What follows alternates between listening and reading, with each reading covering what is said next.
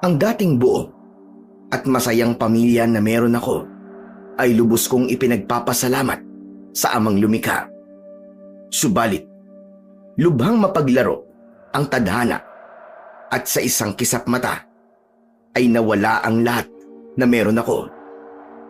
Labis akong pinanghinaan ng loob at naging masalimuot ang aking buhay mula nang maulila ako at mapunta sa taong nagpalaki sa akin.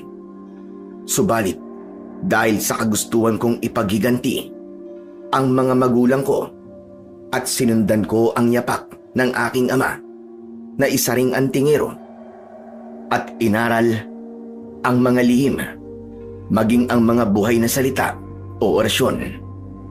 Hindi ko akalain na daraan ako sa matinding pagsubok at inkwentro sa mga aswang na halos ikapahama ko kahit pa may taglay ako na agimat. Siya nga ho pala. Ako po si Arnold. May git 50 anyos na. Kasalukuyang magsasaka malayo sa syudad dahil mas pinili ko ang simple at tahimik na pamumuhay kapiling ang aking asawa at mga anak. Subalit bago ako lumagay sa tahimik ay meron akong natatanging karanasan at ganito ko nais ibahagi ang aking kwento bilang isang antingero at manunugis ng mga aswang. Marahil taong 1990 nang mangyari ang karanasan kong ito. Lumaki ako sa isang simpleng pamilya kasama ng aking ama at ina. At dahil kaisa-isang anak lamang ako, kung kaya nasa akin ang lahat ng atensyon at pagmamahal sa aking mga magulang. Bukod sa mga magulang ko, ay labis din akong minahal ng ninong Ernesto ko. Siya ang kababata ng aking ama at kumpare nang mabinyagan ako. Itinuring ako nito na para bang tunay na anak sa kadahilan ng hindi pala sila nabiyayaan ng anak ng kanyang asawa. Mabait si Ninong Ernesto at ang asawa nito. Katunayan nga ay palagi itong dumadalaw sa amin upang kumustahin kami, lalo na ang aking ama.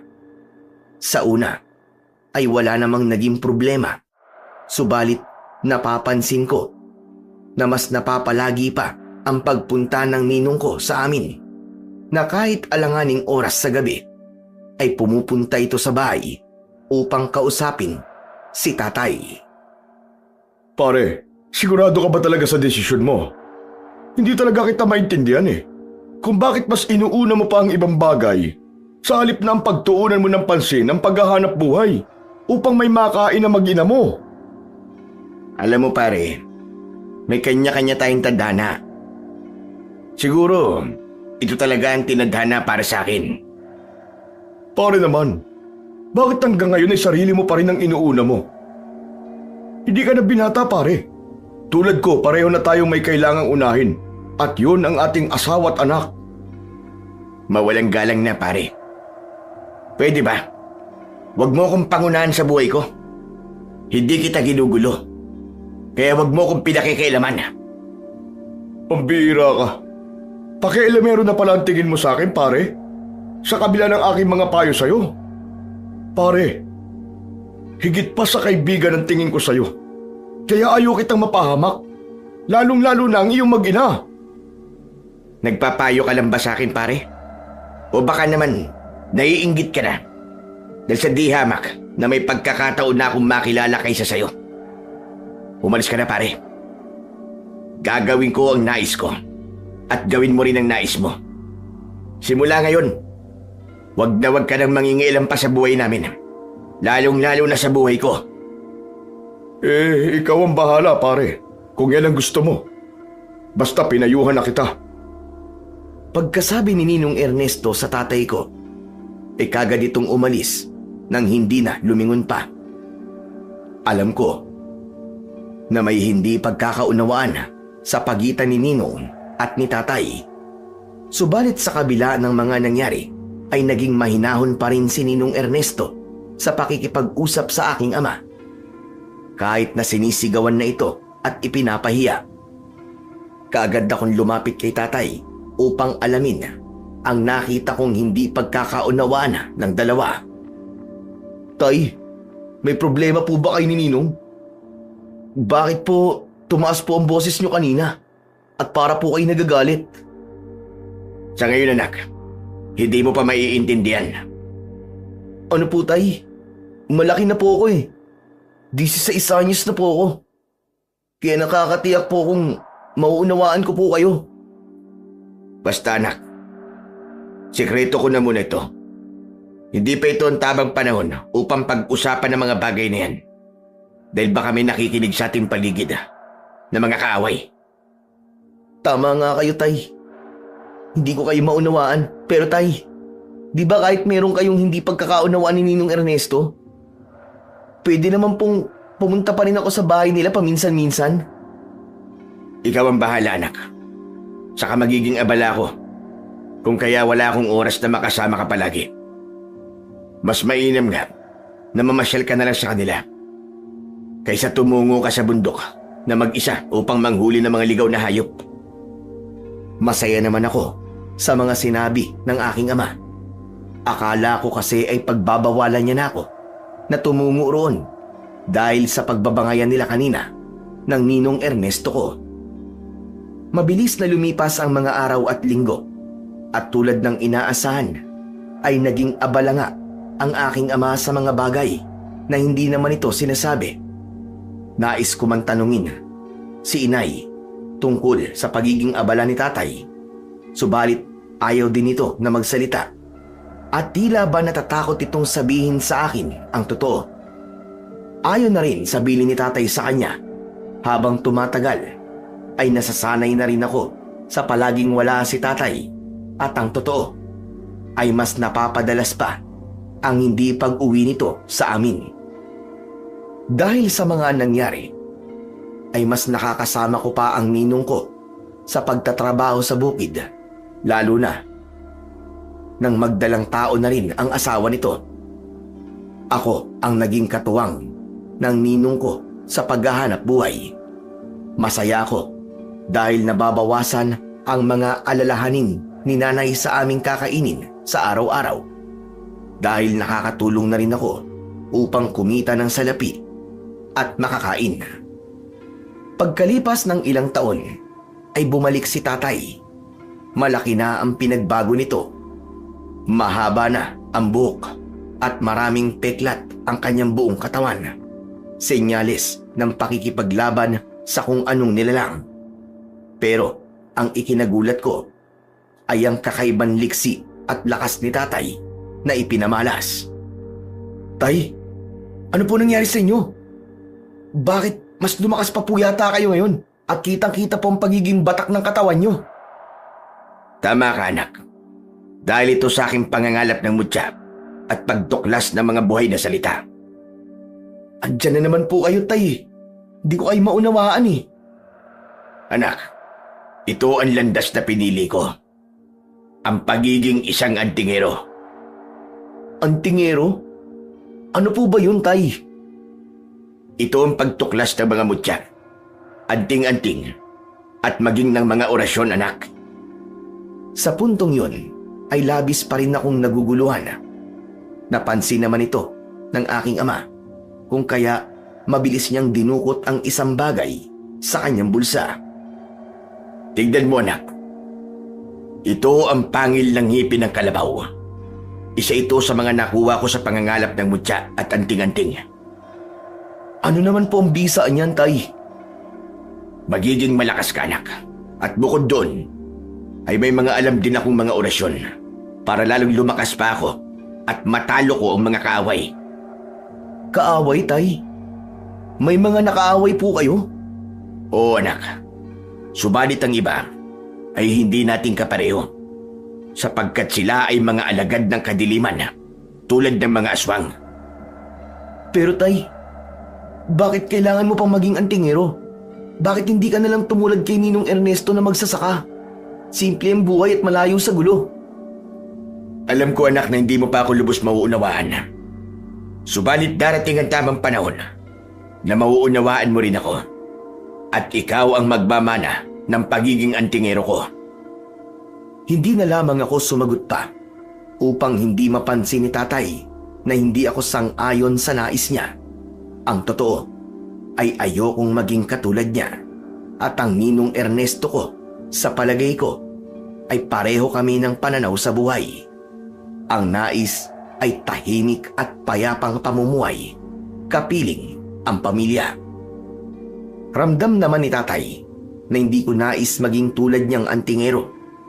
Kung kaya, mas minabuti na lamang niyang hayaan ako sa nais ko. Pagkalipas ng halos 3 linggo, ay may 3 kalalakihan ang pumunta sa aming bahay. Ayon kay nanay, ay mga kasamahan daw yun ni tatay, mga kapwa antingero, at kailangan daw nilang umalis sa kadahilanan na meron daw silang misyon. Simula noon, ay tuluyan ang naging magkalayo si tatay at ninong Ernesto. Magkaibigan na magkaiba ang paniniwala at pananaw sa buhay at magkaiba ng tinahak na landas. Nais ko mang magtampo at magtanim ng galit kay tatay sa tuwing naiisip ko na pinababayaan niya na kami ni nanay. Pero palaging sinasabi ni Ninong Ernesto na kailangan daw lawakan ko ang aking pangunawa sa aking ama. Ibig po bang sabihin, Ninong, hindi po kayo galit kay tatay?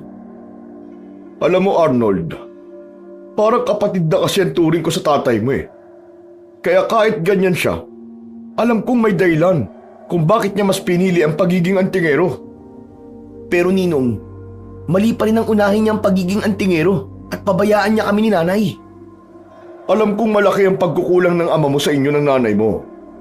Pero umaasa akong darating din ang panahon na mas pahahalagahan niya kayo kaysa sa ano paman.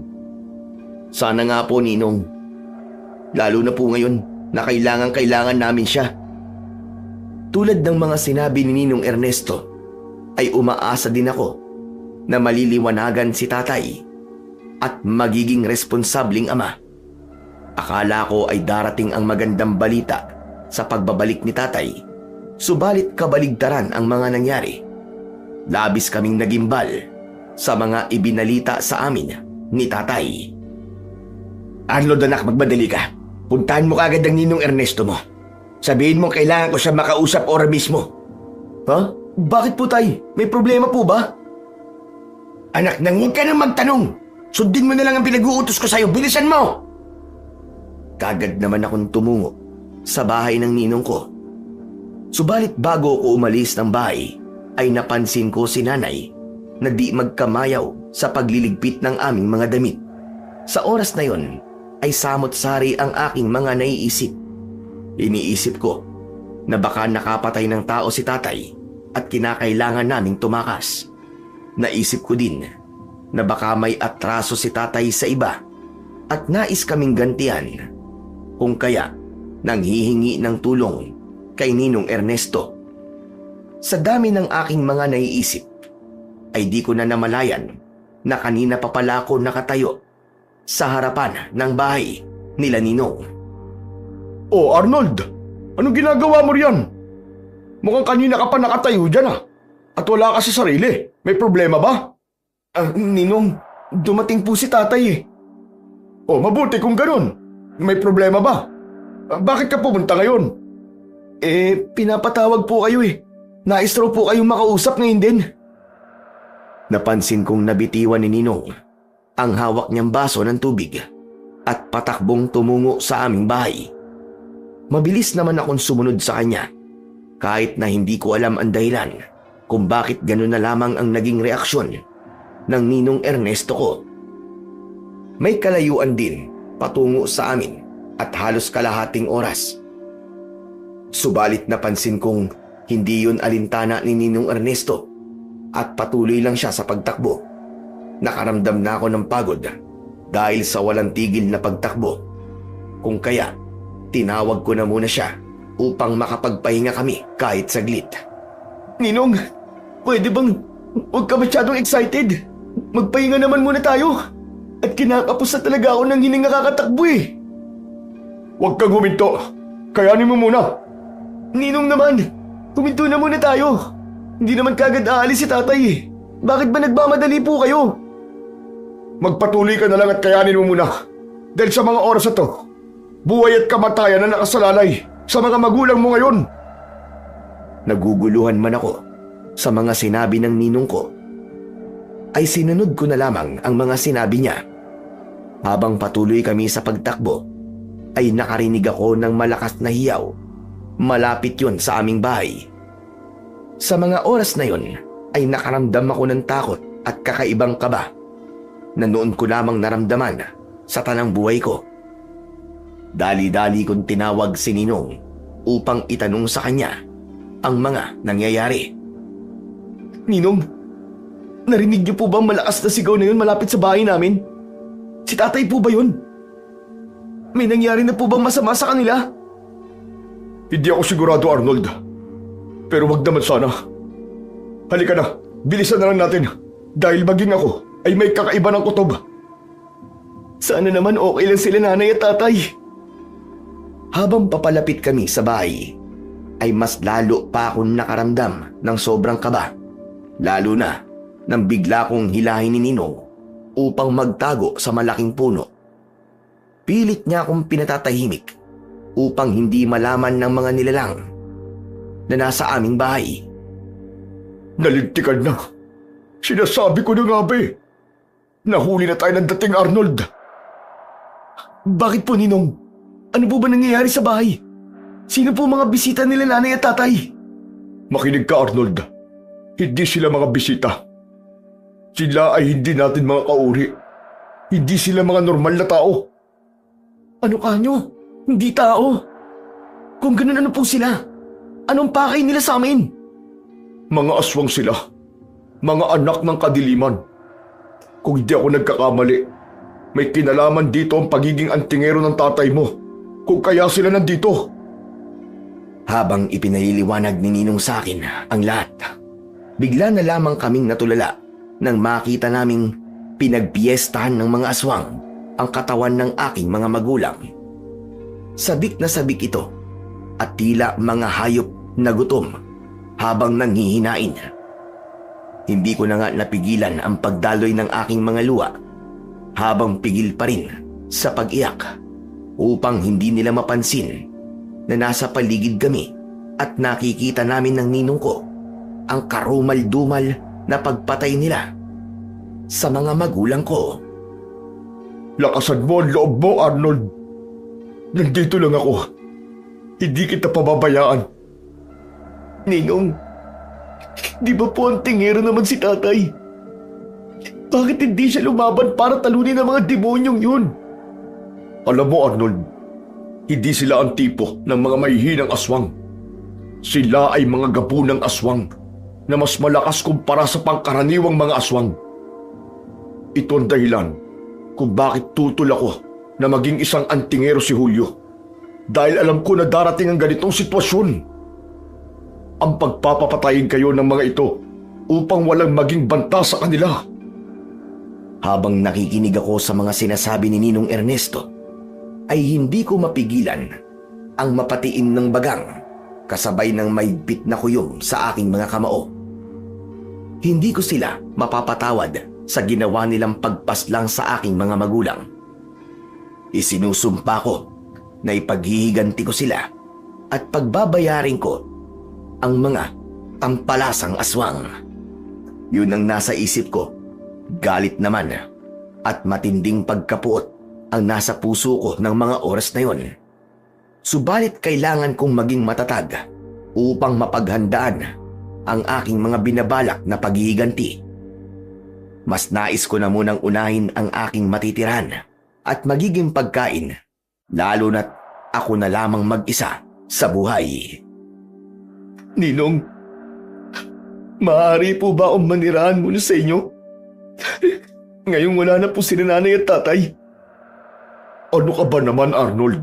Kahit di ka makiusap sa akin, buo na ang pasya ko kanina pa. Naaampunin ka namin. Simula sa araw na to, kami na ang bago mong pamilya. ikaw at si Elmo na ang magiging anak namin. Kaya huwag ka nang mag-isip ng kung ano-ano. Maraming salamat po, Ninong. Tatanawin ko pong malaking utang na loob po ito sa inyo. Balang araw po, magagantihan ko rin po ang mga kabutihan niyo sa akin. Wala yun. Ang mahalaga sa ngayon ay umuwi na tayo sa bahay at baka nasa paligid pa ang mga aswang. Ninong, pwede bang pumasok muna ako ng bahay nang sa ganun po makuha ko po ang aking mga damit? Huwag na muna ngayon. Baka nasa paligid pa nga mga aswang. Bukas na lang natin balikan. Sumang-ayon naman ako sa sinabi ni Ninong. Alam kong tama siya at baka nga pati kami ay mapahamak kung ipagpipilitan ko pa ang nais ko. Pagdating namin sa kanila, ay kagad naman akong niyakap ng asawa ni Ninong. Alam kong awang-awa siya sa mga nangyari sa akin. Sinabi naman ng ninong ko sa asawa nito ang pag-ampon sa akin. Tulad ng inaasahan, ay sumang-ayon naman ito, lalo pat parang anak na rin ang turing nito sa akin. Simula noon ay naging parte na ako ng kanilang pamilya. Pinaramdam nila sa akin ang pagmamahal ng isang magulang at pinaranas ang masasayang sandali na kasama ko sila. Wala na akong masasabi pa sa kabaitan ng pamilya ng Ninong Ernesto ko. Sa katunayan ay pinag-aral din nila ako kasama ni Elmo, kung kaya unti-unti ko nang nalilimutan ang masakit at masalimuot kong buhay sa pagkamatay ng aking mga magulang. Mas naging magkaibigan pa nga kami ni Elmo at itinuring niya rin akong nakatatandang kapatid. Palagi kami magkasama dahil tulad ko ay mahilig din siyang manghuli ng mga ligaw na hayop sa bundok. Kuya, di ba bukas wala namang pasok sa paaralan? Tara, manghuli tayo ng mga hayop sa bundok at manguha na rin ng mga ligaw na prutas. Sige ba, Bunso? Total, nasasabik na rin akong manghuli at umakyat ng bundok eh. Yes! Sige kuya, ihahanda ako ng mga dadaling ko ha. Wag na muna. Magpaalam ka muna sa tatay mo kung papayagan ba tayong pumanik ng bundok. Sigurado na yung kuya. Lalo pat kasama naman kita eh. Sige na nga, ihanda mo na mga gamit mo at ako na lang ang bahalang magpaalam sa kanila. Kagad namang sumunod si Elmo sa aking mga sinabi. Kinahapunan, habang kumakain kami, ay doon ko na nga sinabi ang plano namin ni Elmo. Akala ko ay mabilis ko lamang na mapapakiusapan si Ninong Ernesto. Subalit nakita ko sa mukha ni Ninong na tila nag-aalangan pa siya kung papayagan niya kami sa aming plano. Mabuti na lamang at nagsalita si Elmo sa kanyang mga magulang upang makiusap na payagan kami. Sige na po tay. Payagan niyo na po kami ni Kuya Arnold.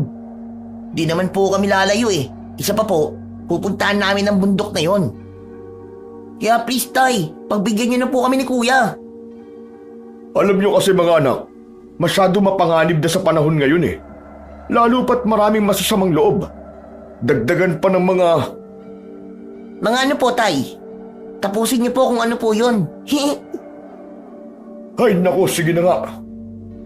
Papayagan na namin kayo ha. Basta ipangako nyo na hindi kayo pupunta sa malayo at kailangan bago mag-alas 5 ng hapon ay nasa bahay na kayo ha. Nagkakaintindihan ba tayo? Siyempre naman po tay, pangako yan. Arnold, ikaw na ang bahala dyan sa kapatid mo ha. Alam kong pasaway yan, kaya sa'yo ko'y pinagkakatiwala yan. Kaya sumunod kayo sa pinagkasunduan. Opo, Ninang, makakaasa po kayo. Pagkatapos naming maghapunan, ay inihanda na namin ni Elmo ang aming dadalhin. Kinabukasan, ako naman ay inihanda ko ang aking palaso at tinasa ko rin ang dadalhin kong talibong. Isang uri ng itak na mas mahaba pa sa karaniwan. Maaga kaming nagpahinga dahil pagsapit ng alas 5 ng madaling araw ay aalis na kami ni Elmo upang bago sumikat ang araw ay nasa paanan na kami ng bundok. Subalit lingid sa kaalaman ni Elmo.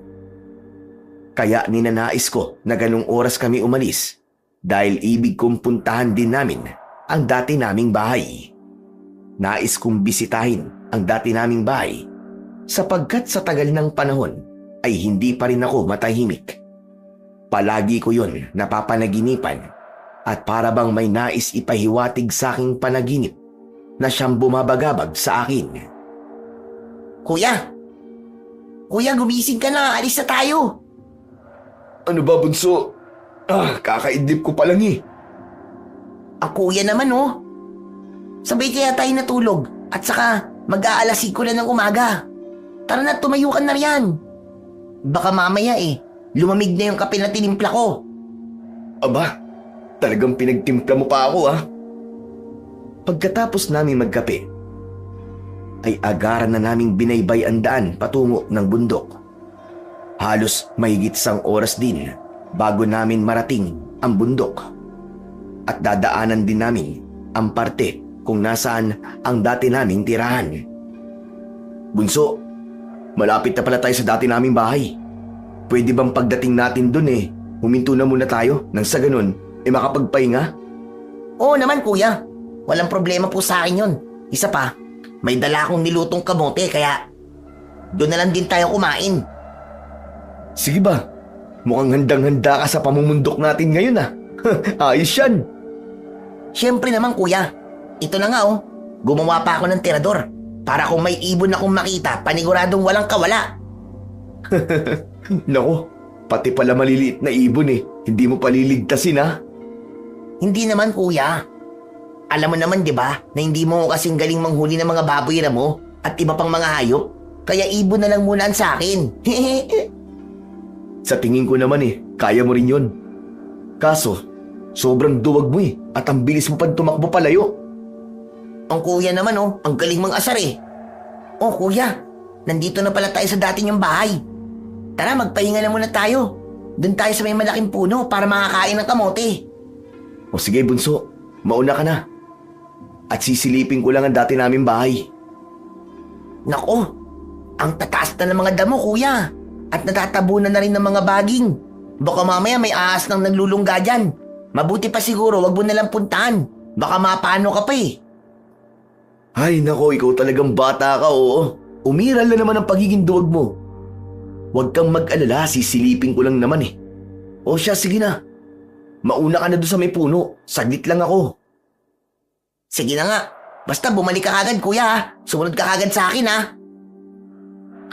Natawa na lamang ako habang nagpapatuloy sa pagpunta sa aming lumang bahay. Kahit kailan talaga ay ang daming alam ng kapatid ko. Kahit na alam ko namang natatakot lang siya na walang kasama. Paglapit ko sa lumang bahay namin ay pinagmasdan kong maigi ang buong paligid. Kahit na matagal ng panahon ang lumipas ay hindi ko pa rin makakaila ang nararamdaman kong sakit sa loob. Lalo na't parehong namatay ang mga magulang ko dahil sa mga aswang. Habang patuloy ako sa pagmamasid, ay hindi ko na napigilan ang pagtulo ng aking mga luha. Bumalik ang aking pagnanais na puksain at ubusin ang mga aswang na pumatay sa aking mga magulang. Pero paano ko nga ba magagawa? Wala naman akong kakayahan upang labanan ang mga kampon ng kadiliman. Habang malayo ang aking iniisip, ay bigla akong napatisod. May kung anong bagay ang tumama sa aking mga paa, kung kaya dali-dali ko itong tinignan at inusisa. Napansin ko na may maliit na kahon na natatabunan pa rin ng lupa. Siguro dahil sa ulan at sa tagal ng panahon ay kusa nang umangat ang nasabing kahon. Kaagad ko itong kinuha at akma ko na sanang bubuksan nang marinig ko ang pagtawag sa akin ni Elmo. Kuya! Kuya, nasa ka na ba? Sabi mo saglit ka lang dyan. Oo, Elmo, nandyan na. Papunta na ako dyan. O kuya, ano yung hawak mo? Nakakita ka ba ng ginto? Ayos yan. Ay, nakong bata ka. Hindi ginto to. Gamit siguro to ng mga magulang ko na itinago nila dati. Buksan mo na kuya, baka may ginto nga sa loob. Wala naman siguro dahil magaan lang eh. Mabuti pa, bigyan mo na lang ako ng kinakain mo at medyo nagugutom na rin ako eh. Sinabi ko lang yun kay Elmo upang ibahin ang usapan. Ewan ko ba, pero pakiramdam ko ay may kakaiba sa laman ng kahon na yun. Natitiyak kong pagmamay-ari ito ng aking ama at kung siswertein, baka ito na ang kasagutan sa aking mga problema. Mabilis kong isinrid sa dala kong sako ang maliit na kahon upang di na pag-interesan pa ni Elmo. Pagkatapos kong makakain at makapagpahinga, ay nagpatuloy na kami sa aming paglalakad hanggang sa marating na namin ang paanan ng bundok. Sa wakas kuya, nandito na tayo sa paanan ng bundok. Kaya nga, tamang-tama ang dating natin, bunso, dahil sumisikat pa lang ang araw. Oo nga kuya eh. Ikaw na ang bahala magdala ng sako para naman hindi sagabal sa paninirador ko ng mga ibon. Sige ba? Para naman wala ka nang maidadahilan kung hindi ka makakatama ng ibon. Andiyan ka na naman sa pang-aasar mo kuya eh. Halika na nga, akyatin na lang natin ang bundok. O sige, mauna ka na. Susunod ako sa'yo. Ikaw na kaya mauna kuya. Alam mo namang matatakotin ako, di ba? Baka makakita pa ako ng aswang dyan. Naku, lagot tayo. Ano ka ba? Walang aswang ngayon. Dahil tignan mo naman, kakasikat pa lang ng araw. Basta ayoko mauna. Hindi ko kabisado ang daan dyan paakyat eh. Mamaya maligaw pa tayo. Kaagad naman akong naglakad sa unahan ng aking kapatid upang hindi na siya magsalita pa. Isa lang naman kasi ang dahilan ng pagiging matatakutin at duwag niya. Habang paakyat kami ng bundok, ay talagang namamangha ako sa ganda ng kakahuyan.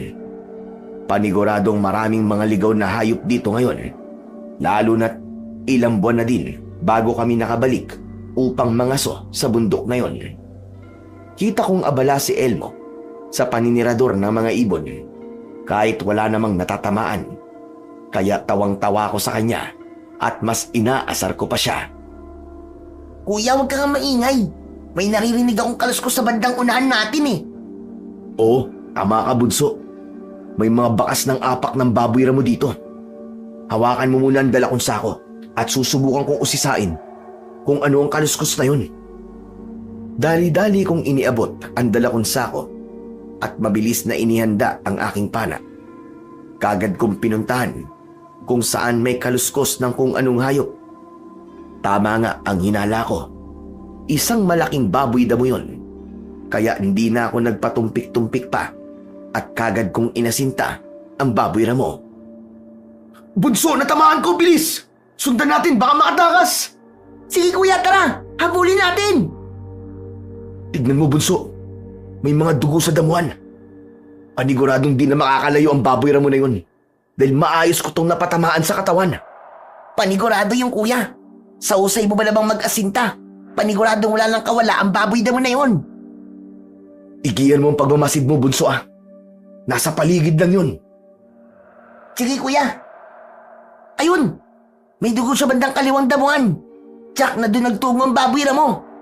Tara bunso, sumunod ka sa akin at susundan natin ang patak ng mga dugo. Mabilis naming sinundan ang direksyon ng patak ng mga dugo. Sariwa pa ito, kaya nakatitiyak akong dugo ito ng tinamaan kong baboy damo. Akala ko ay hindi natatagal pa ang pagtakas ng baboy damo dahil sugatan ito. Hanggang sa napansin ni Elmo na kanina pa kami sa paghahanap. Kuya, sandali eh. Kanina pa tayo sa paghahanap pa. Asan na kaya ang baboy damo na yun? Magpatuloy lang tayo, bunso. Alam kong malapit na tayo. Kuya, teka. Bumalik na kaya tayo. Mukhang napapalayo na tayo ng sobre. Nako, bunso. Umiral na naman ang pagiging matatakutin mo eh. Maaga pa naman. Kaya wala kang dapat katakutan. Kuya, tignan mo naman kasi. Mukhang nasa pusod na tayo ng gubat. Tignan mo. Ang daming naglalaki ang mga puno na nakapaligid sa atin. At sobrang masukal ng paligid. Hindi naman natin nakita yung hayop na tinamaan mo. Sa puntong yon ay kinabahan ako. Kaya kagad kong iginala ang aking paningin sa buong paligid. Tama nga si Bunso, kundi ako nagkakamali. Umabot na nga kami sa pusod ng gubat. Pero imposible naman na kayanin pa ng tinamaan kong baboy ramo ang makatakas ng ganun kalayo. Bunso, di ba kita mo rin na may mga sariwan dugo dun sa dinaanan natin? Oo naman kuya, bakit mo tinatanong? Sinisigurado ko lang na baka namamalikmata lang ako eh. Pero ang ipinagtataka ko lang, halos inabot na tayo ng ilang oras sa kakasunod sa sariwan dugo na nasa mga damo. Imposible namang kayanin pa ng baboy damo yun. Nang ganito kalayo, di ba? Tama ka nga kuya. Pero kaninong dugo ang sinundan natin kanina? Kundi naman sa tinamaan mong baboy damo. At saka sino ang gagawa nun? Huwag kang palata, Bunso. Sumunod ka lang sa akin. At huwag kang lalayo, ha? Ihanda mo ang itak mo. Dahil panigurado akong may nagmamasid sa atin at nasa paligid lang siya. Kuya, huwag mo akong takutin. Alam mo namang matatakutin ako, di ba? Hindi ako nagbibiro, Bunso. Sige na. Sundin mo na lang ang mga sinabi ko sa'yo. At bumalik na kagad tayo sa dinaanan natin. Sige kuya, huwag mo akong iiwan ha. Natatakot na ako eh. Bilisan mo na, Bunso. Sumunod ka na kagad sa akin. At huwag kang lalayo sa tabi ko. Kagad naman naming binaybay ang daan pabalik sa dinaanan namin. Akala ko, madali lang ang pagbaybay. Pero laking gulat namin dahil wala na ang mga bakas ng sariwan dugo. Sa puntong yon ay nakaramdam na rin ako ng takot at kaba. Alam kong pinaglalaruan kami ng kung anong nilalang. Nilingon ko si Elmo at bakas sa kanya ang matinding takot dahil namumutla na ito, dala siguro ng matinding takot. Hindi ako dapat mawalan ng lakas ng loob, lalo pat pananagutan ko kung meron mang masamang mangyayari sa kanya. Kuya, malapit na ba tayo? At mukhang kanina pa tayo naglalakad ah. Hindi ko alam, Bunso eh. Lalo pat bigla na lamang nawala ang mga bakas ng dugo na sinundan natin kanina. Natatakot na ako kuya. Gusto ko nang umuwi. Dito ako, Bunso. Hindi kita pababayaan. Huwag kang matakot. Lakasan mo ang loob mo para makauwi tayo ng maayos. Nagpatuloy na nga kami sa aming paglalakad. Kahit na walang eksaktong direksyon ang aming nilalakaran. Ang mahalaga ng mga sandaling yon ay makalabas kami sa bundok at makauwi na sa aming tirahan. Ilang oras pa kami sa paglalakad hanggang sa di kalayuan ay may iilang kubo kaming natanaw. Kaya muli kaming nabuhay ng loob na makakauwi na kami at makakahingi ng tulong sa mga nakatira doon.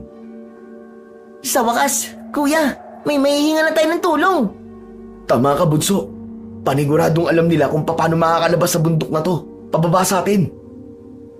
Tara kuya, lapitan na natin nang makahingi na tayo ng tulong. Tsaka gusto ko rin makiinom ng tubig. Tuyong-tuyo na yung lalamunan ko sa sobrang uhaw eh. Ganun din ako, Bunso. Halika na. Bilisan na natin. Kahit napagod at nangihina na kami ni Elmo, ay pilit pa rin naming tinungo ang mga kubo upang makahingi ng tulong. Tao po! May tao po ba dito? Lakasan mo pa kuya, baka hindi nila naririnig. Medyo nangihina na rin kasi ako, Bunso eh. Halika, sabay tayong tumawag para marinig nila kaagad. Sabay naming tinawag ang mga tao na nakatira sa mga kubo na yon.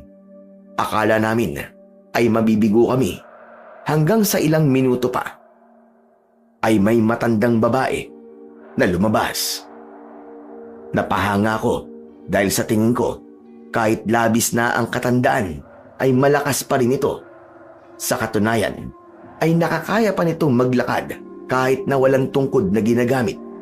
Medyo nakakatakot nga lang ang itsura nito dahil bukod sa kulukulubot nitong muka ay nangingitim rin ang buo nitong ngipin habang nakangisi sa aming harapan.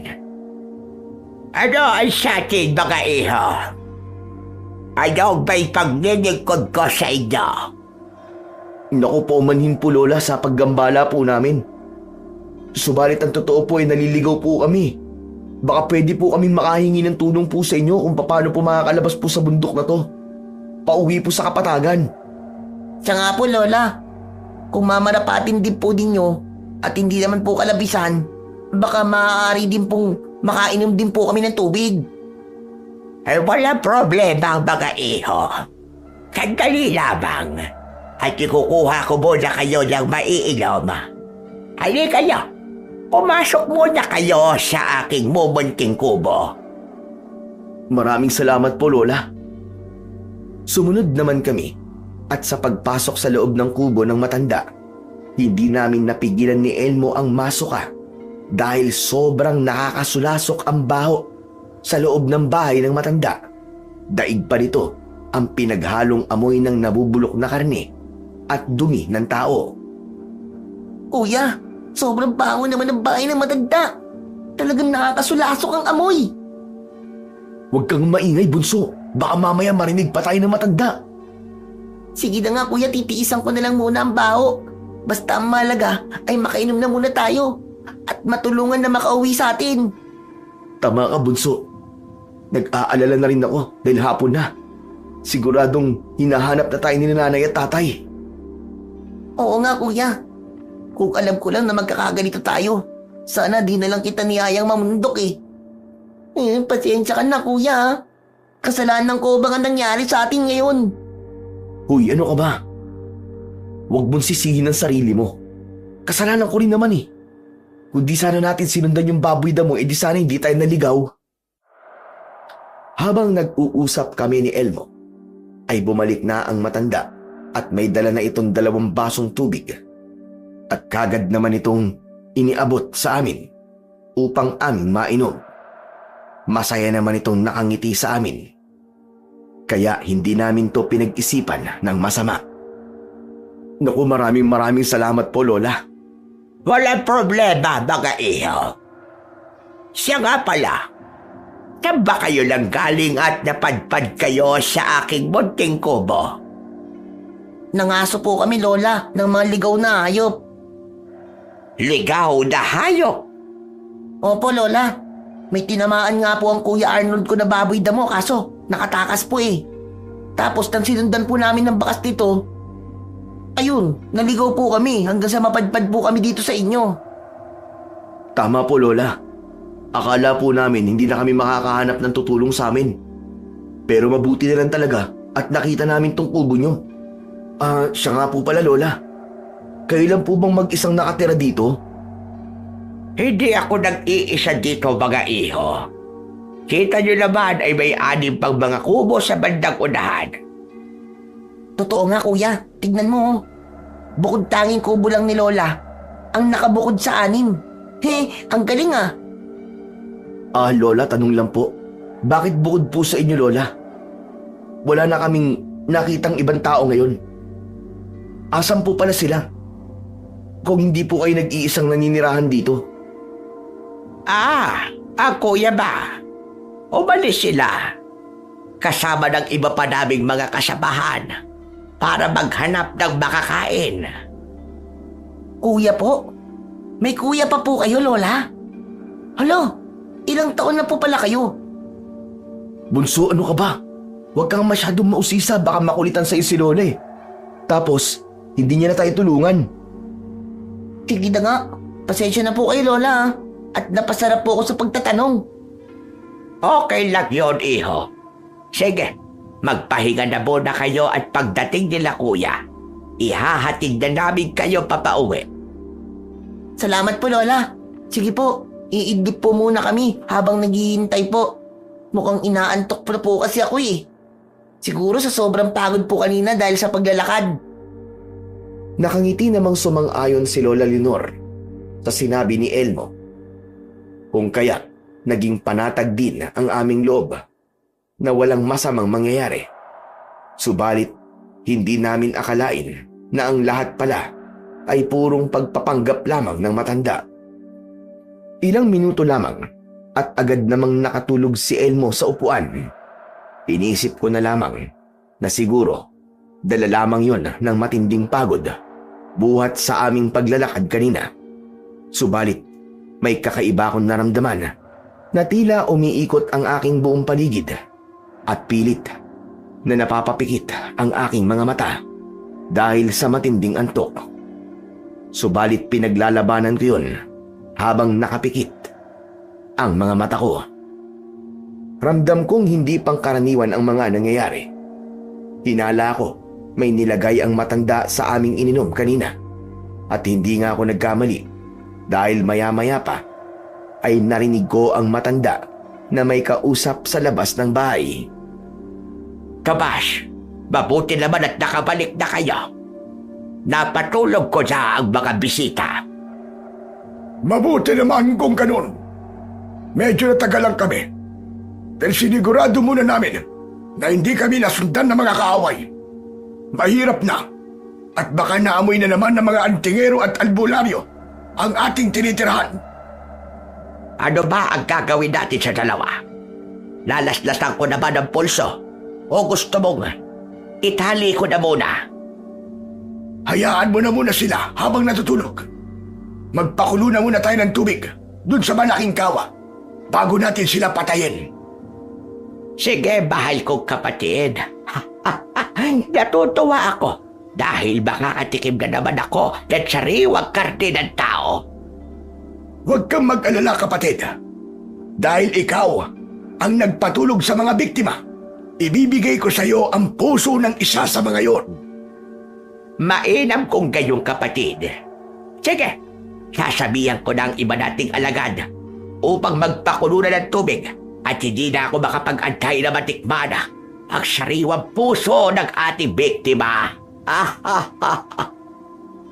Habang pinakikinggan ko ang usapan ng dalawa, ay nalaman ko na nasa pugad pala kami ng mga aswang at paniguradong kami ang biktimang tinutukoy nila. Halos nanginginig ang buo kong katawan sa aking natuklasan, kasabay ng malapot at malamig kong pawis sa buo kong katawan. Dali-dali kong ginising si Elmo. Alam ko na ilang minuto na lamang at magiging pagkain na kami ng mga aswang, kaya kailangan naming makatakas kagad. Bunso, gising! Gumising ka na! Kapag di ka nagising, panigurado magiging pagkain tayo ng mga aswang! Sunod-sunod kong tawag sa aking kapatid. Subalit kahit niyuyugyug ko na ang buo niyang katawan at kurutin siya, ay hindi pa rin siya magising-gising.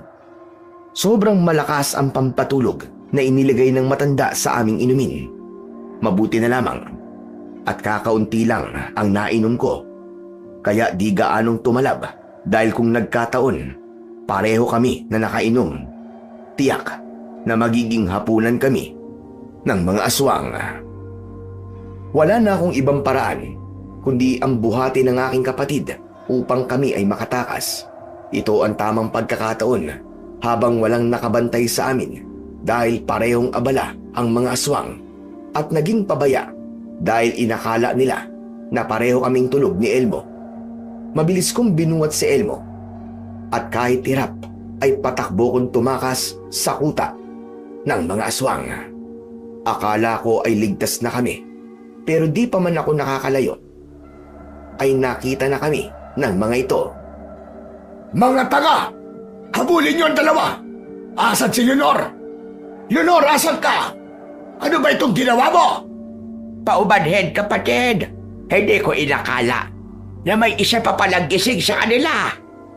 Bakit di mo sinigurado? Akala ko ba walang bulilyaso? Pasensya na.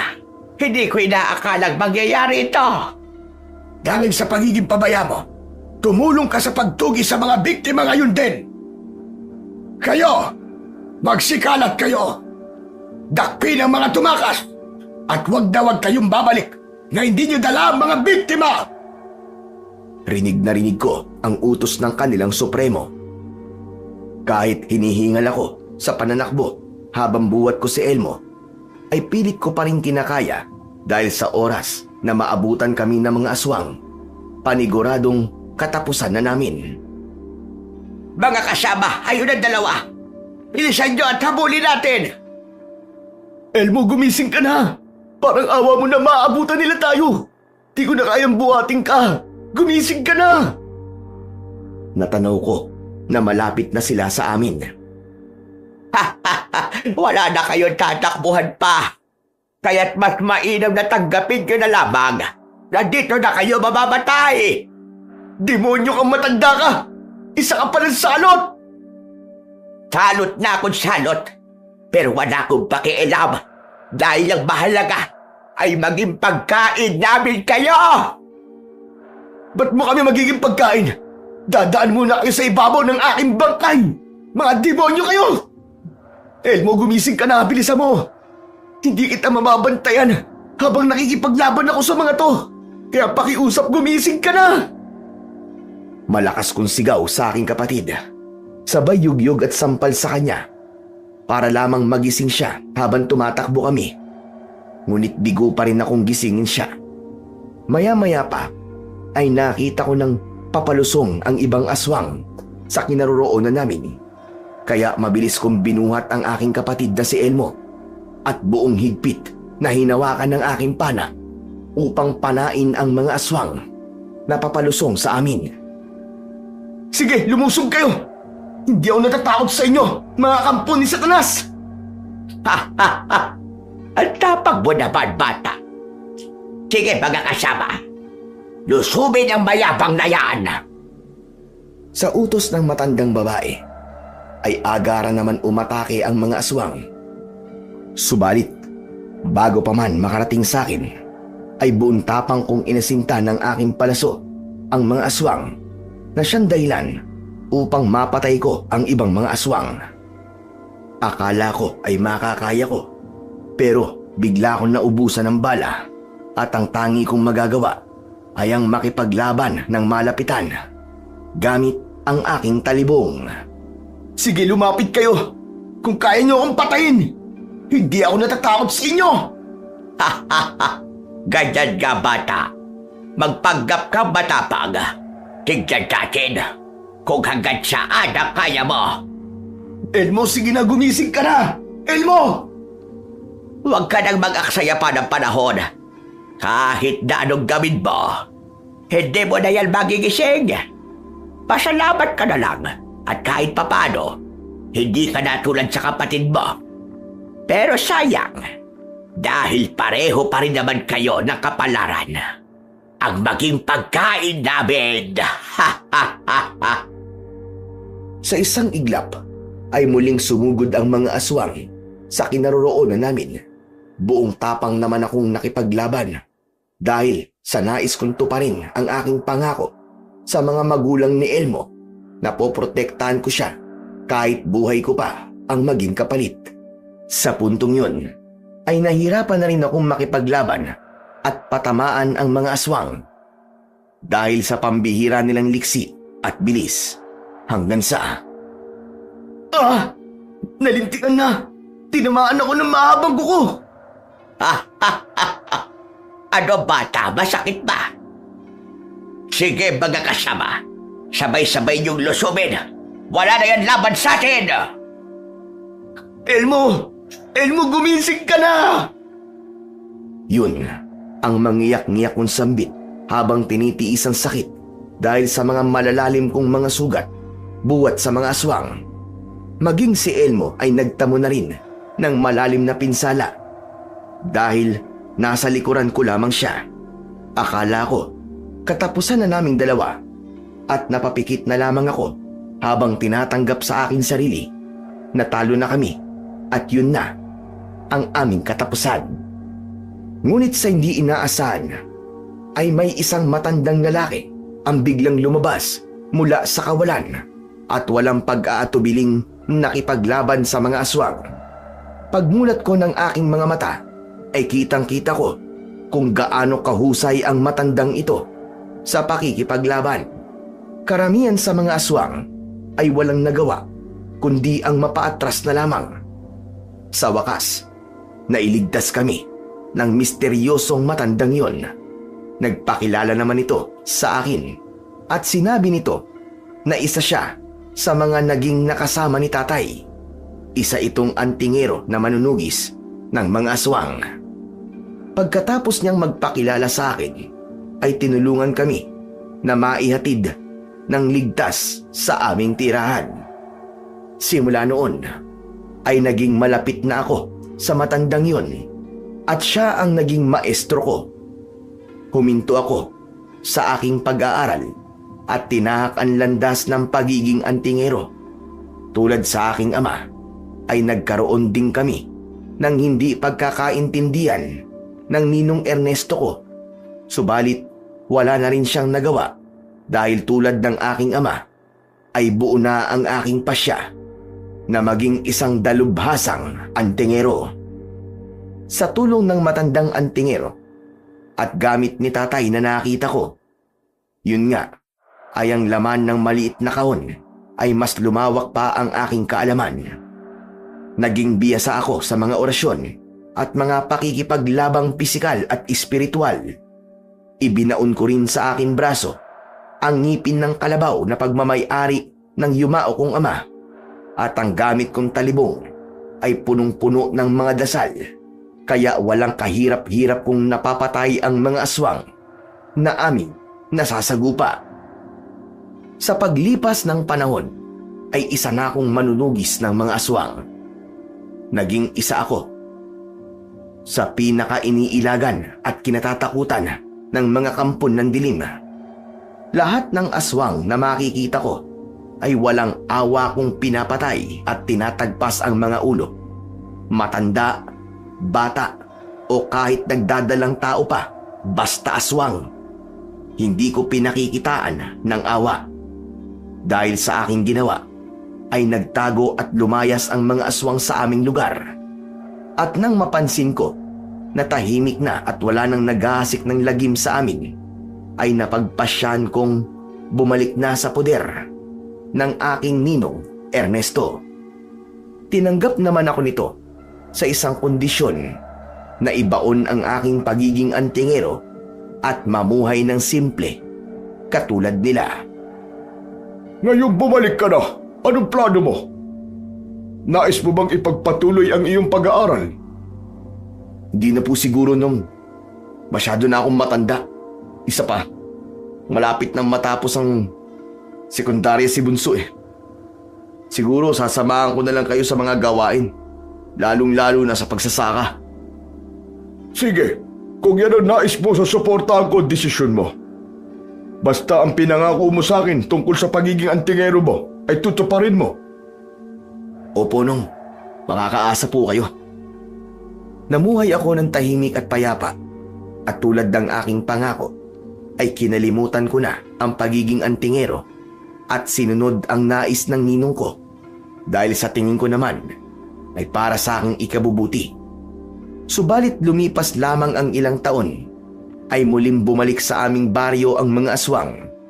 Inakala kasi nila na wala na ako dahil sa matagal kong pananahimik at muli na naman silang maghahasik ng gulo at nananalasa ng mga tao. Sa una ay ipinagkibit balikat ko na muna dahil iniisip ko ang pangako ko sa ninong Ernesto ko. Subalit sa bawat paglipas ng mga araw ay tila ba nabibingi ako sa bawat iyak at hinagpis ng mga pamilyang nawawalan ng mahal sa buhay dahil sa mga kampon ng kadiliman. Isang araw ay muling nagpakita ang matandang antingero, ang aking maestro, upang hikayatin ako na sumama upang ubusin at palayasin uli ang mga aswang na nananalasa sa aming baryo. Alam kong masasaktan ang damdamin ng aking guro sa aking pagtanggi, ngunit alam kong alam niya at nauunawaan niya ang aking panig. Nais ko lang talagang tuparin ang aking pangako sa aking ninong Ernesto. Alam ko namang para sa ikabubuti ko ang lahat ng kanyang ginagawa. Ayokong muling masaktan sila dahil malaki ang aking utang na loob sa kanilang pamilya. Itinuring nila akong kadugo at tunay na pamilya, kaya't nararapat lamang na tuparin ko ang aking mga pangako sa kanila. Akala ko, lilipas din ang lahat. Akala ko, mauubos at matataboy ng kapwa ko antingero ang mga salot sa aming baryo. Ngunit kabaligtaran ang mga nangyari. Lalo na ng isang araw, may balitang nagpayanig sa akin, maging sa aking paninindigan. Kuya, nabalitaan mo na ba ang usap-usapan kanina sa labas ng baryo? Ha? Anong balita? Aswang na naman ba? At may nabiktima? Oo, kuya. Pero ang nakakagimbal, hindi basta-basta ang ginawa nilang pagpatay. Kawawa raw ang biktima dahil natagpuan itong wala ng mga lamang loob at nawawala na din ang ulo nito. Talagang wala nang kinatatakutan ng mga demonyong yan ha. Tama ka, kuya. Lalo pa ngayon. Dahil ayon sa bali-balita, matandang antingero daw ang pinaslang ng mga aswang. Ano ka mo? Tama ba narinig ko? Matandang antingero baka mo ang biktima ng mga aswang? Oo, kuya. Nakita ang katawan ng antingero sa paanan ng bundok. Doon kung saan tayo tumungo dati upang mangaso. Di kaya mga gabo ng aswang ang nakalaban ng matandang antingero? Posible, kuya. Dahil alam mo naman na teritoryo ng mga aswang na yun ang kabundukang yun. Sige bunso, pupuntahan ko ang sinasabi mong lugar. Naku, kuya, wag na. Baka malaman pa ni tatay at magalit sa atin yun. Huwag mong sabihin na pupunta ako doon. Basta gawa mo ng paraan para hindi nila malaman na nagtungo ako doon. Hindi ko na nga pinakinggan pa ang sinasabi ni Elmo. Sa ngayon, ang mahalaga ay ang makapunta ko sa sinasabi niyang lugar na pinangyarihan. Malakas ang kutob ko na ang maestro ko ang sinasabi niyang matandang antingero. Habang nasa daan ako, ay hindi ko maiwasan ang mapatikom ng kamao. Huwag lang talagang maging totoo ang aking kutob. Dahil kung ang maestro ko ang napaslang ng mga aswang, ako mismo ang uubos sa lahi ng mga yon at wala akong ititira. Ilang oras pa ang nakalipas at narating ko na nga ang lugar na pinangyarihan. Pakiramdam ko ay binuhusan ako ng malamig na tubig sa aking nasaksihan. Hindi nga ako nagkamali ng kutob. Ang aking maestro ang napaslang ng mga gabo ng aswang. Muli na namang nanumbalik sa akin ang pagkamatay ng aking mga magulang sa parehong kamay ng mga tampalasang gabunan. Sa sobrang galit ko ay halos magdugo na ang aking kamay dahil sa malakas kong pagkuyom ng aking mga palad. Kaagad akong umuwi ng aming bahay. Hindi upang magpahinga, kundi hukayin muli ang mahalaga kong gamit na aking ibinaon dahil sa aking mga pangako. Alam kong magagalit na naman sa akin ang ninong Ernesto ko. Subalit sa mga oras na yon ay buo na ang aking desisyon na pagbabayarin ko ang mga aswang, lalo na ang lahing gabunan, sa kanilang paulit-ulit na pananalasa sa mga tao, lalo na sa aking mga mahal sa buhay. Habang abala ako sa pagbubungkal ng lupa sa bandang likuran sa ilalim ng puno ng mangga, ay hindi ko napansin ang kanina pa palang nakatingin na si Elmo at nagulat na lamang ako nang magsalita ito at lumapit sa akin. Kuya, alam ko na hindi kita dapat pangunahan sa mga binabalak mo. Pero talaga bang sigurado ka na sa desisyon mo? Anong ibig mo sabihin, bunso? Sila ninong at nanay mo ba? Ang iniisip mo na baka magalit sa akin? Hindi sila, kuya. Kundi ikaw mismo. Nais ko lang sabihin sa'yo, kuya, kung bakit nais mong balikan ng walang kasiguraduhang buhay bilang antingero. Kayong tahimik at payapa na ang buhay natin ngayon. Nauunawaan ko ang ibig mong sabihin sa akin, bunso. Pero kung nauunawaan mo, kuya, ang sinasabi ko, eh bakit may pero? Di ka ba masaya? Kapiling kami nila nanay at tatay. Di ba tahimik at payapang buhay ang ninanais mo? Bakit kailangan mo bang piliin muli ang landas ng pagiging antingero? Gayong mapapahamak ka lang at maraming mga posibleng kaaway. ang totoo, naliwanagan ako, bunso, sa mga nangyayari sa ating paligid. Ayoko nang maging makasarili at makontento na lamang na isa-isang pinapatay ng mga aswang ang mga mahal ko sa buhay. Ang totoo, bunso, maestro ko ang pinaslang ng gabo ng aswang na sinabi mo sa akin. Hindi ko kayang manahimik na lamang dahil inuusig ako ng aking konsensya. Kung yan ang desisyon mo, kuya, susuportahan na lang kita. Huwag kang mag-alala. Ako na ang bahalang magpaintindi kina nanay at tatay. Huwag mo nang sabihin, bunso.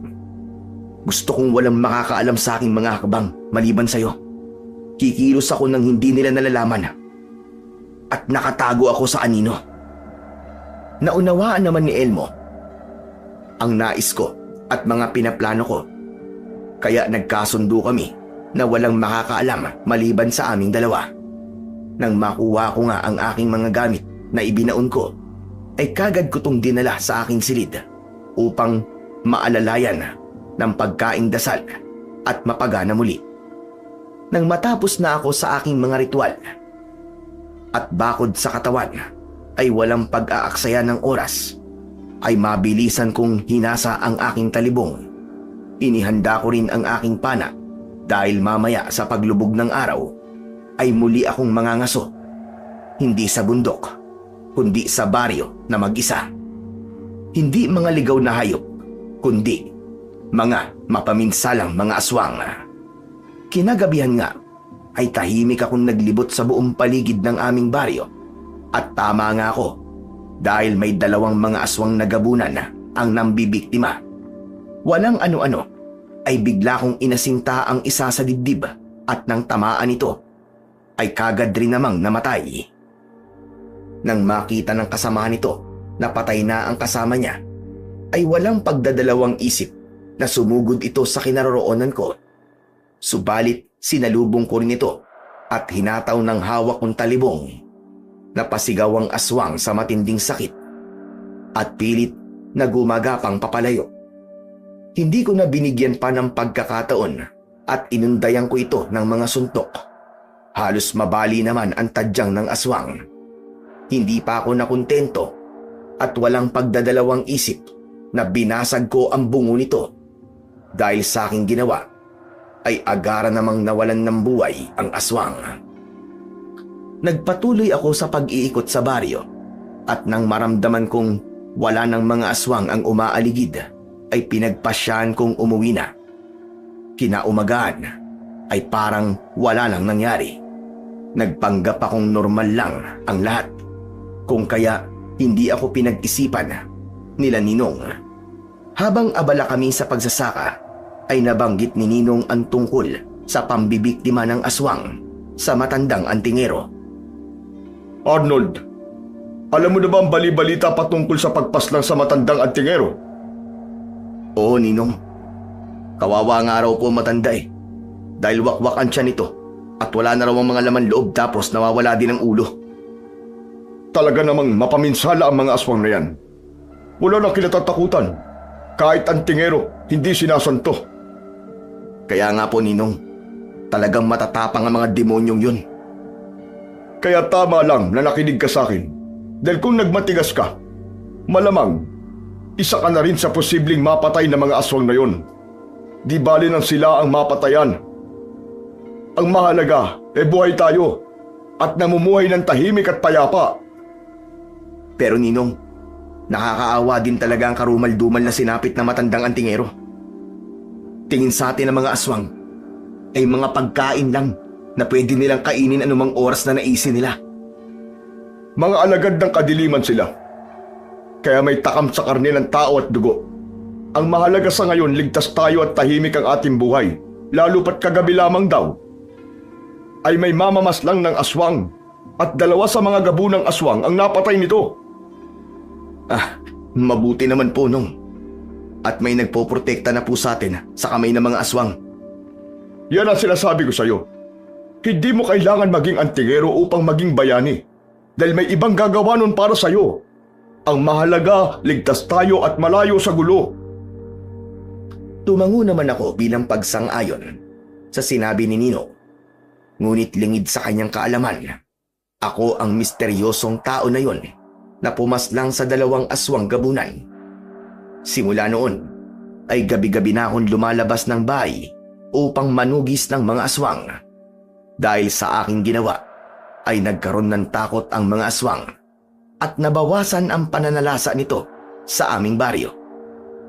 Alam kong nasa paligid lamang sila at natitiyak kong sa kalapit baryo namin sila nang bibiktima. Kaya napagpasyahan kong tugisin ang mga aswang sa kalapit baryo upang malipol ko at maibalik ang katahimikan at kapayapaan. Pinaalam ko kay Elmo ang aking mga binabalak at ang plano kong paghahanap ng mapagtatrabahuan sa ibang baryo. Bunso, alam kong sa mga kalapit na baryo namiminsala ang mga aswang. Kaya pupunta ako ron upang tugisin ko sila. Pero kuya, baka makilala ka nila. At isa pa, saan ka titira dun? Paano ang pagkain mo? Mamamasukan ako dun.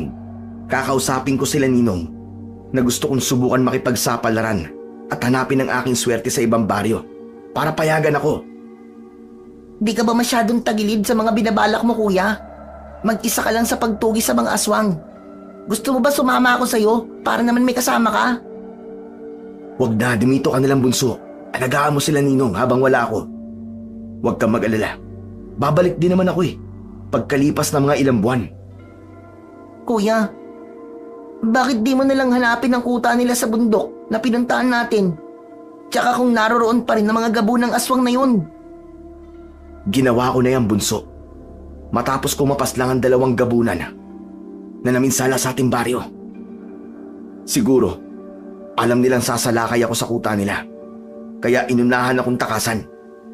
Pero ngayon, dapat ko na silang mahanap upang matapos na ang pambibiktima nila dito sa lugar natin.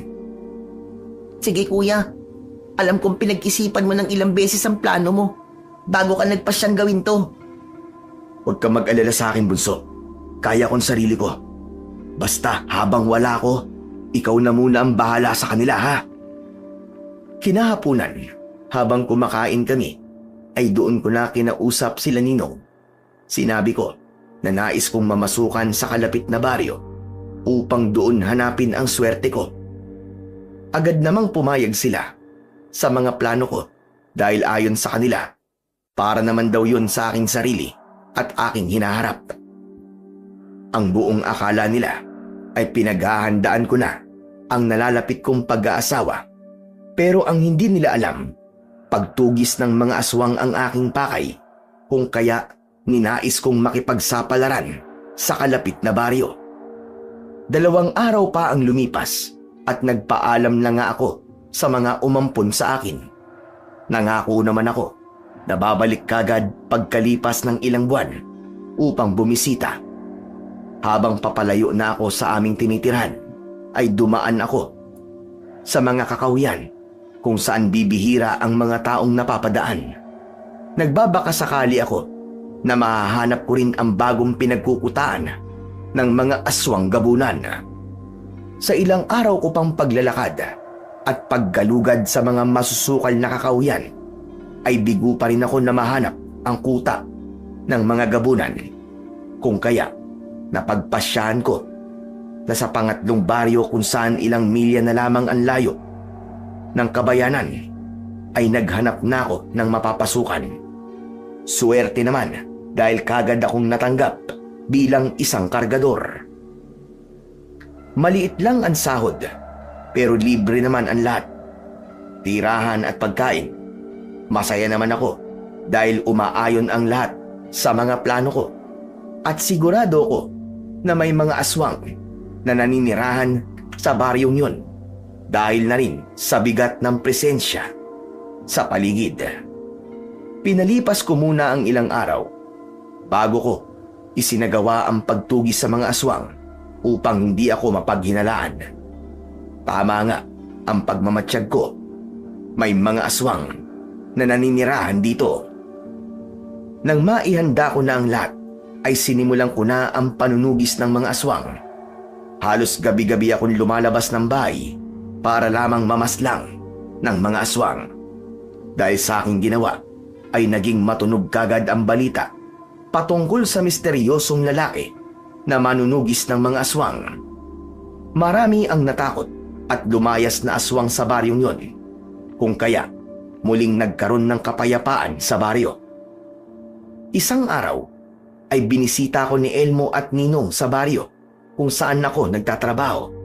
Ayon sa kanila, na naging matunog ang usap-usapang patayan, kung kaya napagpasyahan na nilang puntahan ako upang alamin ang aking kalagayan. Pasensya na kuya, hindi ko na napigilan si tatay eh. Talagang nag-aalala sa kalagayan mo kaya hinanap ka namin. Pero buti na lang, may kakilala si tatay na taga dito at sinabi niya na dito ka raw sa baryong to nakatira. Mabuti naman at nakadalaw kayo sa akin. Usap-usapan sa baryo natin ang mga patayan dito sa baryong pinagtatrabahuan mo.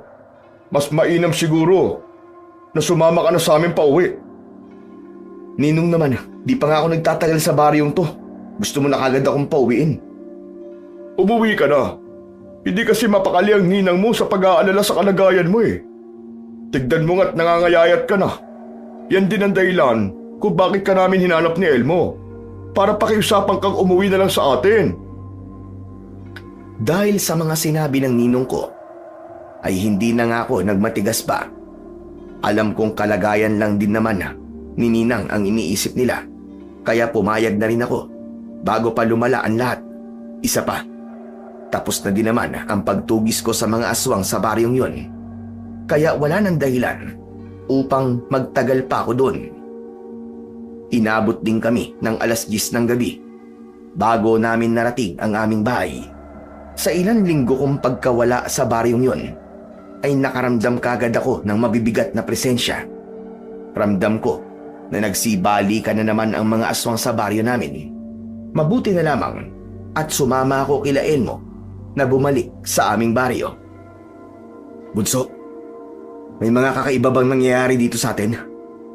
Wala naman kuya, maliban sa gabi-gabing alulong ng mga aso. Tama nga ang kutob ko. Nagsibali ka na naman ng mga aswang dito sa ating baryo. Talaga kuya? Mabuti at sumama ka sa amin ni tatay pauwi. Matagal na bang umaalulong ang mga aso sa gabi? Siguro kuya mga 3 araw na. Bakit po? Kung tama ang hinala ko, kakatayo lang uli ng bagong kuta ng mga aswang dito sa atin. Naku, ibig sabihin, mambibiktima na naman sila ng mga tao dito. Huwag ka mag-alala, bunso. Tutugisin ko sila at uubusin. Habang nasa kasarapan ako ng aking pagtulog, ay bigla na lamang akong naalimpungatan dahil sa mga alulong ng mga aso. Alam kong may mga aswang na gumagala upang maghanap ng mabibiktima. Kaya mabilis akong bumangon at kinuha ang aking talibong. At agad na pumunta kung saan nagkakagulo ang mga aso. Pagdating ko sa lugar ay may nakita akong 4 na aswang na abala sa paghahanap ng mabibiktima. Kaya mabilis akong umatake sa kanila. Mga tampalasan kayo! Itong para sa inyo! Sino ka? Ano mong magpakita sa amin? Malas nyo lang dahil nagbalik na ako sa baryong to para ubusin kayong lahat. Ganun ba? Tanggapin mo ang katapusan mo! Sabay na umatake ang mga aswang sa akin. Kaliwat kanang atake ang aking ginawa, ngunit sadyang maliliksi at malalakas ang mga aswang na nakalaban ko ngayon. Hirap akong maundayan sila ng saksak dahil sa sobrang bilis. Ang yabang mo, pero wala ka naman sinabis ang kinliksi namin. Hindi mo nga kami matamaan ng iyong pag-atake. Huwag kang magmadali dahil nagpapainit pa lamang ako sa ating laban. Sige, gusto mo pala na madaling pagkatalo kaya ibibigay ko ang nais nyo. Puro ka lamang yabang. Sige mga kasama, sabay nating atakihin ang hambog na yan. Mabilis na lumusob sa kinaroroonan ko ang mga aswang. Ngunit ng mga sandaling yon ay nag-usal na ako ng mga orasyon at hinipan ko ang hawak kong talibong at walang pagdadalawang isip na iwinasiwas ko ito sa aswang na papalapit sa akin. Halos matulala ang matandang aswang na pinuno nila dahil walang kahirap-hirap na tinablan at nahati ang katawan ng isa nilang kasamahan nang matamaan ito ng aking talibong. Paano nangyari yon? Paano naging mas matalas ang hawak mo, talibong? Nagulat ka ba? Nararamdaman mo na rin ba ang iyong katapusan? Hindi mo kami masisindak sa hawak mo sa dapa. Muling umatake ang mga aswang. Subalit, sinalubong ko rin sila ng pag-atake. Tinamaan ko ang tagiliran ng matandang aswang, samantalang ang isa naman ay buong lakas kong binasag ang bungo ng aking kamao. Nang makita ng isa pang aswang na parehong humandusay sa lupa ang kanyang mga kasamahan, ay akmang tatakas na sana ito. Ngunit hindi ko pinahintulutan at mabilis kong tinapyas ang leeg nito. Bumulwak ang masaganang dugo nito at tuluyan ang naligo sa sarili nitong dugo habang nakaluhod at wala ng ulo. Ngunit ang ginawa ko sa aswang na yon ay nagbigay ng pagkakataon sa matandang aswang upang makatakas. Mabilis itong naglaho nang tignan ko ang kinaroroonan nito. Wala na nga akong nagawa kundi ang umuwi. Baka mahuli pa ako nila Ninong na ako ang patagong manunugis ng mga aswang. Habang nasa kasarapan ako ng aking pagtulog, ay pumasok naman sa aking silid si Elmo. Kuya, may mga aswang kagabi na napaslang. Ikaw ba may kagagawan nun? Oo bunso, huwag ka maingay. Lumabas ako kagabi dahil nagising ako sa mga alulong ng mga aso. At tama nga ang hinala ko na may mga aswang na umaaligid sa ating baryo at naghahanap ng mabibiktima. Kuya, mabuti na lamang at nandito ka. Dahil kung nagkataon na kami lang, baka mamaya nabiktima na kami ng mga aswang. Hindi mangyayari yung bunso dahil uubusin ko sila bago pa sila makapagasik muli ng lagim dito sa atin. Nagpatuloy ang gabi-gabing panunugis ko ng mga aswang dahilan upang wala ng aswang na umaligid sa aming baryo. Inisip ko na posibleng nagtatago ang mga ito sa mga kalapit naming baryo. Kaya tulad ng dati, humanap ako ng alibay para payagan muli na maghanap ng mapagtatrabahuan sa ibang baryo. Akala ko ay masisindak at matatakot ko uli ang mga ito.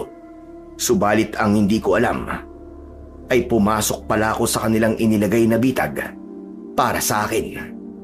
Habang nasa ibang baryo ako upang isagawa ang panunugis ng mga aswang, ay wala akong kaalam-alam na pinagpaplanuhan na pala ng mga ito na paslangin ang kinikilala kong bagong pamilya. Hinintay lang pala nila na lumayo ako sa pamilya ko upang isagawa ang paghihiganti sa pagkamatay ng kanilang mga kasamahan. Sino kayo? Bakit pumasok kayo sa pamamahay namin? Bakit?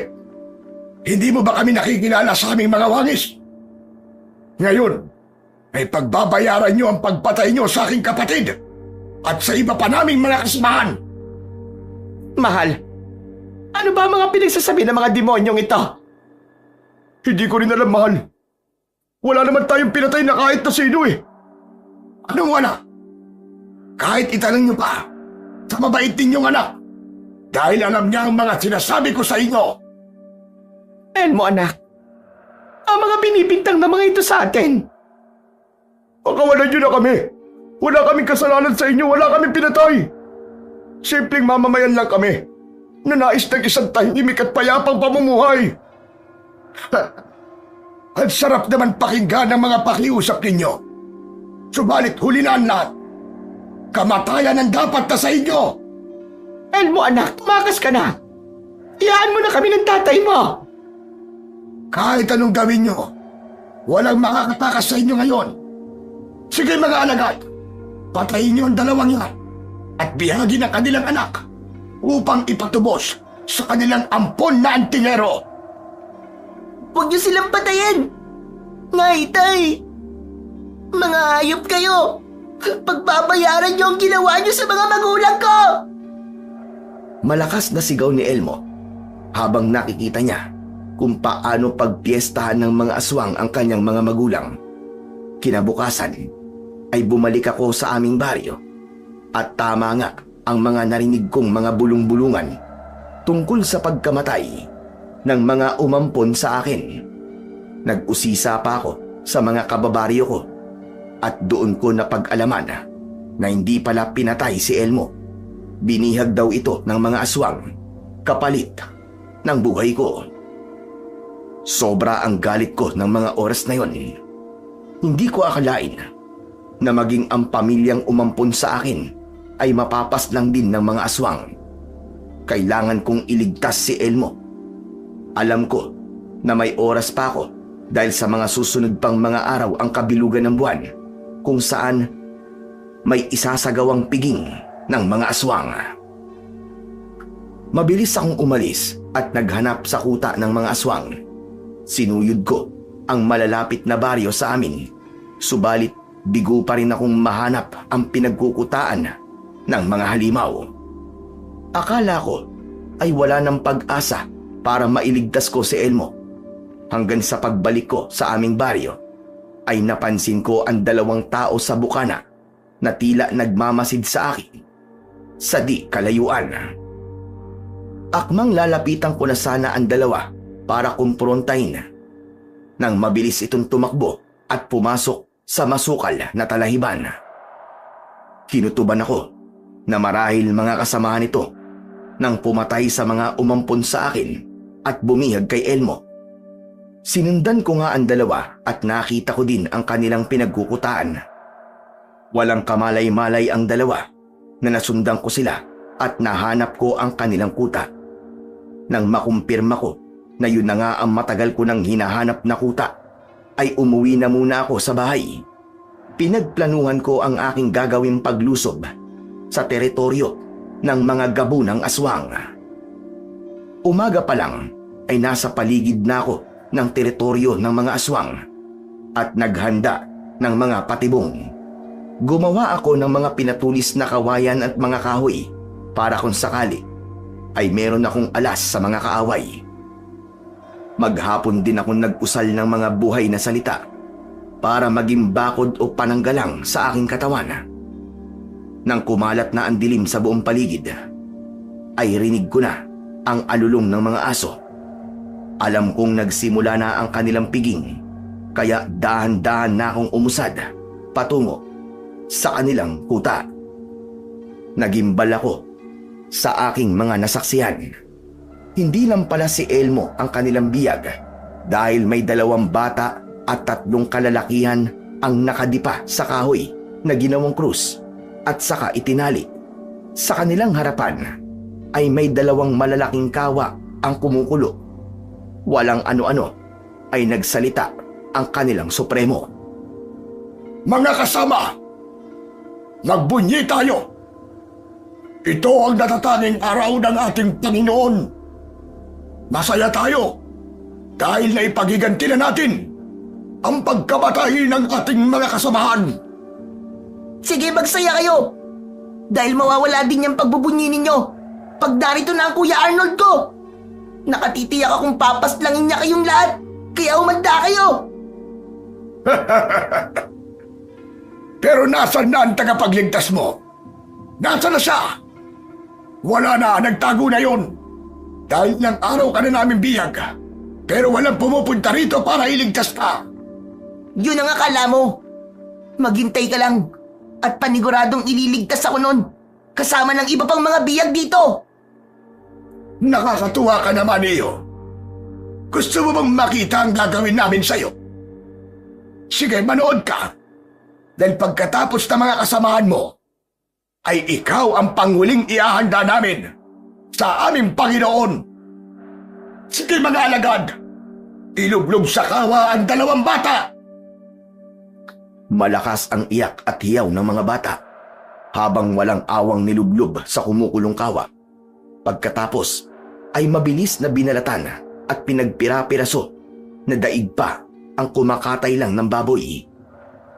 Walang humpay din ang pagtulo ng malalapot na laway ng mga kumakatay na mga aswang na para bang sarap na sarap sa kanilang pagkatay. Pagkatapos ay sinunod naman ang dalawa pang kalalakian at katulad din sa mga bata ang ginawa. Pinagpiestahan din ang mga ito. Tinignan ko ang kinaroroonan ni Elmo at halos nanginginig na ito dala ng matinding takot. Walang ano-ano ay hinataw ko ng itak ang dalawang aswang habang abala ang mga ito sa pagkatay sa dalawang kalalakihan. Mga hayop kayo! Mga demonyo! Sino ka? Ikaw ba ang sinasabi ng batang ito na tagapagligtas niya raw? Ni wala ka man lang kasama kahit na maliit na aso para makatulong sa pakikipaglaban sa amin. Ano naman kung mag-isa lang ako?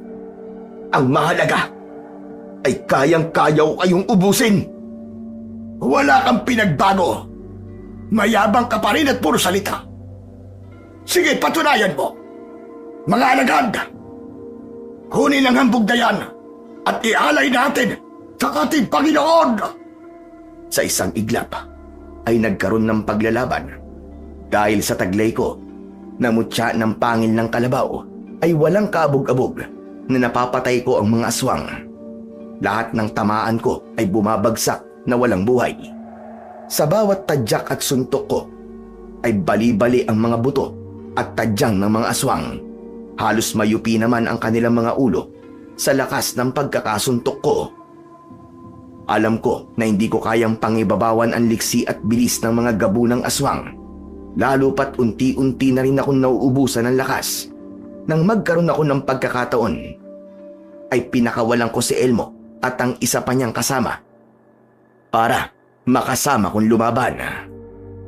Bunso, kunin mo tong buntot ng pagi.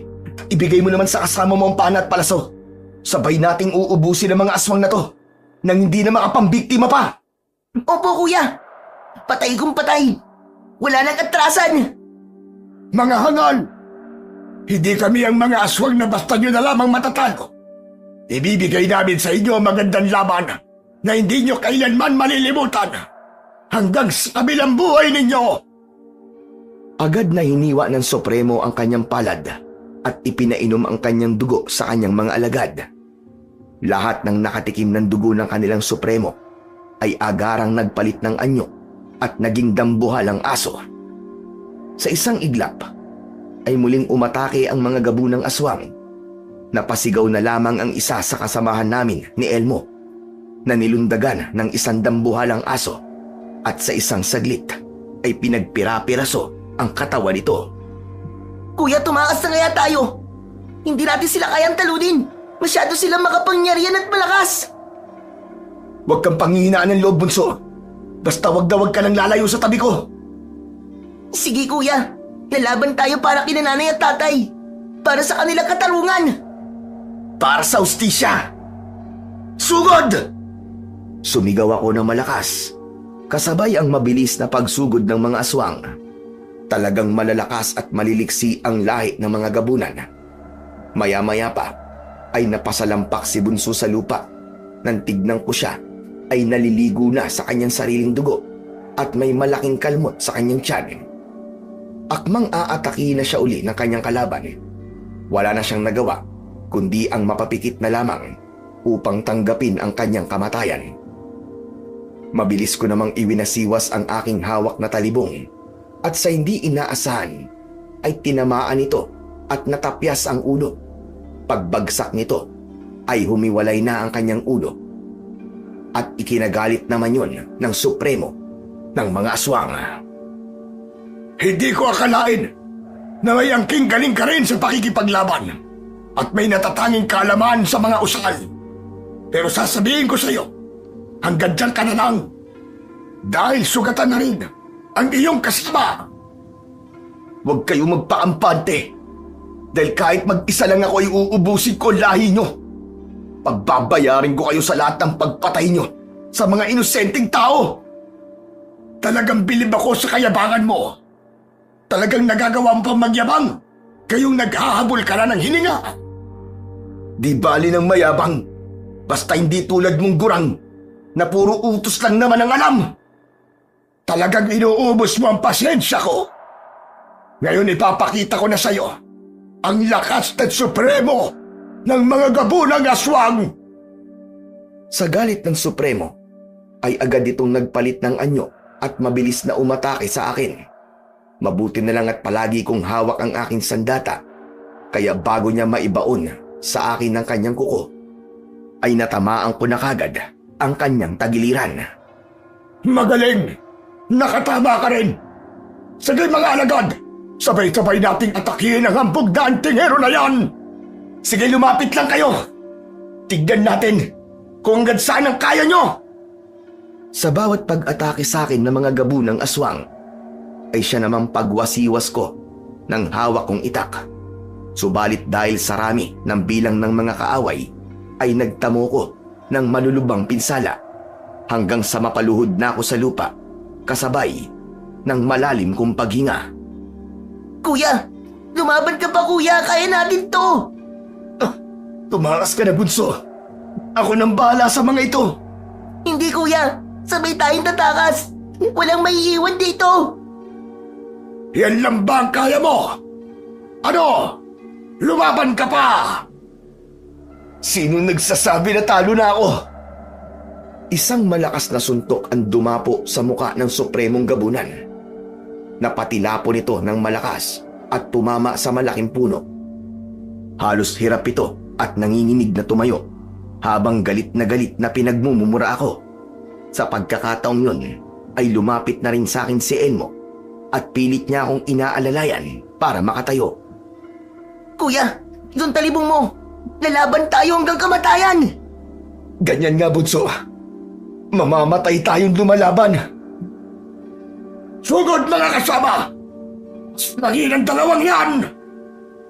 Buong lakas kaming nakipaglaban ni Elmo ng mga oras na yon sa mga gabunan. Hindi namin inaasahan na mabubuhay pa kami, kaya't nakipagsabayan na lamang kami sa mga gabunan. Nang makita kong aatake ang Supremo, sa kinaroroonan ni Elmo, ay mabilis ko itong sinalubong ng isang malakas na suntok. Tumilapon ulit ang matanda at bago pa man ito makabangon, ay mabilis ko itong inundayan ng saksak sa dibdib at walang pagdadalawang isip na pinugutan ko ng ulo. Sa mga oras na yon, ay kakaunti na lang ang mga natitirang aswang at nang makita nilang wala na ang kanilang Supremo, ay kanya-kanya na silang pulasan upang makatakas. Kaagad kong dinampot ang pana at inasinta ang bawat aswang na tumatakas. Hanggang sa wala nang natira sa kanila. Lahat sila ay mga nakatimbuang na sa lupa at wala nang mga buhay. Kuya! Nanalo tayo! Nalipol natin ang mga gabunan na pumatay kina nanay at tatay! Oo, bunso. Sa wakas, pareho nating nabigyan ng ustisya ang ating mga magulang. Nakakalungkot lang, kuya. Dahil dalawa na lang tayo ngayon. Wala na sila nanay at tatay. Huwag kang mag-alala, bunso. Hindi kita iiwan. Magkasama tayo. At poprotektahan kita hanggang sa dulo ng hininga ko. Salamat, kuya. Salamat. At tiniligtas mo ako. Simula noon, ay laging magkasama na kami ni Elmo. Itinuro ko sa kanya ang aking pagiging antingero. Kaya sa paglipas ng mga taon, ay pareho na kaming naging antingero at manunugis ng mga aswang. Naging bantog ang aming mga pangalan at labis na kinatatakutan ng mga aswang, maging ng mga mambabarang. Hanggang sa nakatagpo kami ng aming naging kabiyak at namuhay sa piling ng aming asawa't mga anak. Hindi na namin kayang iwan at talikuran pa ang pagiging antingero dahil naging pananagutan na namin ito para sa katahimikan ng mga taong naghahangad ng kapayapaan at ligtas sa pambibiktima ng mga aswang na kampon ng kadiliman. Hanggang dito na lamang po ang aking kwento at sana ay may napulot po kayo na magandang aral. Maraming salamat po sa walang sawa niyong pagsuporta at pakikinig sa aking mga YouTube channel na The Voice Addict at Mga Kwento ni Apong Isaac. Huwag niyo rin pong kalimutang mag-subscribe at i-hit ang notification bell para sa mas marami pang makapigil-hininga na mga kwentong aswang at katatakutan mula sa mundo ng kababalaghan. Hanggang sa muli po, at pagpalain sana tayong lahat ng ating Diyos na siyang ating sandigan sa lahat ng pagkakataon.